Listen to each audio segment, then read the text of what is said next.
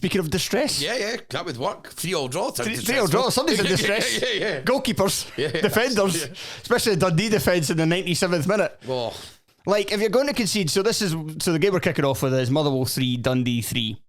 And if you're going to concede a 97th goal to 10 men away from home as well, this has got to be the worst kind of goal. The kind of goal as a fan that makes you tear your hair at the most. How we basically, what almost amounts to losing a goal on a counter-attack kind of list. But it's not quite a counter-attack, but that's how it looks. Mm-hmm. Like, I was going to call him Tom Wilkinson. It's will be Tom fucking Wilkinson. Connor Wilkinson with like all the time in the world in the box. It's a nice finish and he does well, but Jesus Christ, you can't be giving somebody that kind of space that late in the match. Well, you've got a 1-goal lead. It's exactly the same as Majovski's against Hibs at Hampden, where you feel like, how's it ended up that everyone's up front? But even worse for Dundee, they were winning. Yes. So they weren't even just pushing for it. But Wilkinson had a big say in the end of it, and it was a pretty bold call, I think would be fair to say, from at the start from Kettlewell to put him in. I mean, he took off Callum Butcher, who got booked, obviously, right before half-time, and he pushed him into a sort of really attacking midfield role, and it did ask a lot more questions, because towards the first half, after Motherwell had a pretty good start, and I'll go into that in a second, Dundee totally took over the match, and quite a, like, not just like dominating and being on top, just having like real control over everything. And I'm looking forward to talking about Dundee, because it was really, really good for long periods for them. Yeah, I mean, Butcher, I should probably hold my hands up. I said recently, like, because I heard Motherwell fans say they don't have a defensive midfielder, and I was like, well, you've got Callum Butcher there, who is like, for the most part of his Scottish football career, that's where he played. Because remember when he first came in and he was a centre-half, and he just kept either getting sent off or like giving away really stupid goals, and it was like, well, he can't play in defence, he's too much of a bomb scare, but he can play in the middle of the park. At 32, maybe he can't play in the middle of the park anymore. Maybe he is now only a centre-half. Yeah, because when they brought him in purely to be a centre-half. Did they die? No, to be a midfielder, because they needed bite in midfield. Then they realised, and they moved him into centre-half quite quickly. Yeah, I think that's maybe right, yeah. And now they've put him back into centre midfield. But yeah, he was chasing shadows a bit, and especially with the style of the way Dundee played, not good for a hatchet man. Hatchet man going to get angry against a team playing like that, and he's going to start kicking folk, which is eventually what happened. But Motherwell started really, really well. They sort of, Shaughnessy was getting pulled out wide a lot by Beirith, and Motherwell, I mean, we're not talking about anything that was like extremely smart. They were just playing quick balls in that area, and Beirith was getting a lot of joy, maybe the first 12 to 15 minutes, and they were getting balls into the box, and they obviously they got their goal, which didn't come from that, but with a Bika up there now with Beirith, and Bika's good for this, man. He's a good foil for someone else, because he just chucks himself about. He's not sexy at all, but he can be helpful. If you put like a Van Veen or like a Beirith, someone with quality around him, he's going to be a handful. He's going to cause bother. He never just lets a ball lie. He'll always go and challenge for it. And it's a brilliant finish for Big Mika off the post and in. But then just this Dundee team, man, it's really, really good. And it's Tony Dockett, you were thinking he's going to be coming in like the Derek McInnes style. Yeah, it's nothing like that. All out pragmatism. It's not like that at all. It's really, really, really fluid, the way they play. They keep a lot of possession. They look really, really difficult, and the makeup of the team's really smart, because you've got Jordan McGee playing right wing back. He doesn't have loads of pace to go on the outside, but him and Cameron switch all the time, and McGee obviously has had loads of periods in his career where he played inside it in the central midfield role. And then with Cameron, who I was a lot more impressed with in this game than I had in other games, because Rob Borthwick really likes him, and I do feel like hearing conflicting reports about Cameron in his game, but he's young, so I mean, this is probably just the way it is. Inconsistent. Yeah, but he's so agile and quick, and he's got loads of energy that when he goes out wide, that's not a problem. He can actually go on the outside there, and it's the same with McCowan and Beck. They can switch all day long, even though the way Beck's so good that allows McCowan really to just be quite high up playing in beside like Bakayoko.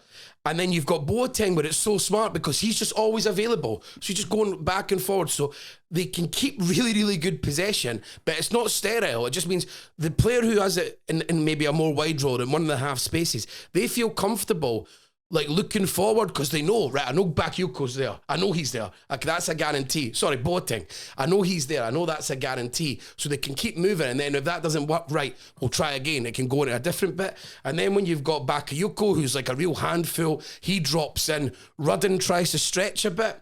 I don't want to get into this as a way of really going into Rudden because he's playing a role now at Dundee and he's playing into the system pretty well, and that's why he's getting picked. But if he's someone better, this Dundee team really looks so well balanced and motoring. Because then when you add like Portales in there, he's quite comfortable on the ball, so he comes in on the right hand side, and it really just looks really neat and fluid and really hard to play against.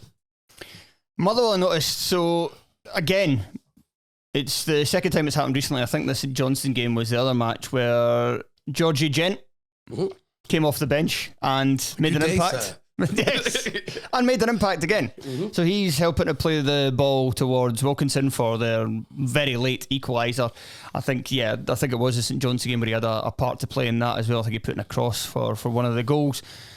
And so Motherwell are lining up. So they lined up recently against Hearts with Blair Spittle as a left wing back. That makes zero fucking sense, I have to say. It's also getting one of the only real quality players doing a lot of work. Yeah. And then it's either that or Brodie. So then Brodie Spencer coming on at half time. Then Brodie Spencer starts again in this game. And it's just like, so Georgie Gent is not playing because he's not very good defensively. Motherwell are not good defensively. Yeah. So how much worse can you really be? They're conceding 3 goals at home. They've conceded 3 goals at home at Dundee and Ross County recently. They conceded 2 away to St Johnstone. They conceded 2 at Hearts, who only score 1 goal per game. Aberdeen, they conceded 4 Aberdeen, they conceded 4. So the defence is terrible anyway. Why not just have because he's the only left wing back they have who's actually a left wing back. Like Brodie Spencer is right-footed. If Brodie Spencer starts on the left, he's just always going to have to cut inside.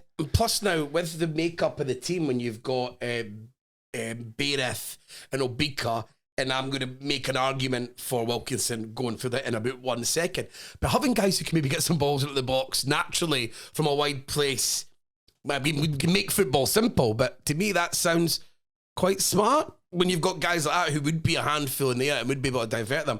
And I liked the Connor Wilkinson thing. I think it worked pretty well, playing around attacking midfield role, because without Lennon Miller at the moment, they don't really have much of a connection that gets them up. Like the possession doesn't really move into the last third in a nice way.